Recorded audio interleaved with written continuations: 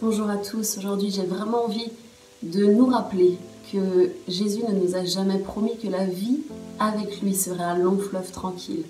Le psaume 43 en est la preuve. David s'adresse à son Dieu, il lui dit au verset 2 « Toi mon Dieu protecteur, pourquoi me repousses-tu? Pourquoi dois-je marcher dans la tristesse, sous l'oppression de l'ennemi ?» Jésus ne nous a pas promis qu'il n'y aura pas des saisons de tristesse dans notre vie, qu'il n'y aura pas des saisons douloureuses, qu'il n'y aura pas des saisons difficiles. Mais pourtant, il nous promet une chose, c'est d'être toujours là. Au verset 5, il nous dit « Pourquoi t'as battu mon âme et gémis-tu au-dedans de moi? Espère en Dieu, car je le louerai encore. Il est mon salut et mon Dieu. » Il y a un secret important dans ce passage. Espère en Dieu.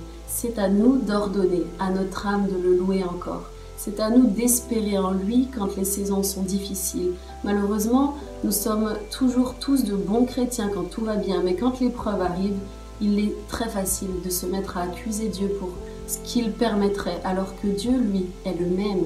Et moi, aujourd'hui, je veux vraiment t'encourager à espérer en Dieu, à ordonner à ton âme de le louer encore, malgré l'abattement, malgré la tristesse.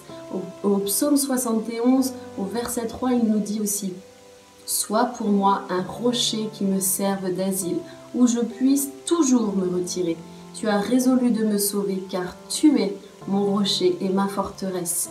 Mon Dieu, délivre-moi de la main du méchant. » Et voilà ce que le Seigneur nous promet, c'est qu'il nous délivre de la main du méchant. Il est pour nous un refuge. Et je lisais encore récemment un passage qui m'a encouragée, qui disait « Un refuge ne se dresse pas automatiquement autour de nous.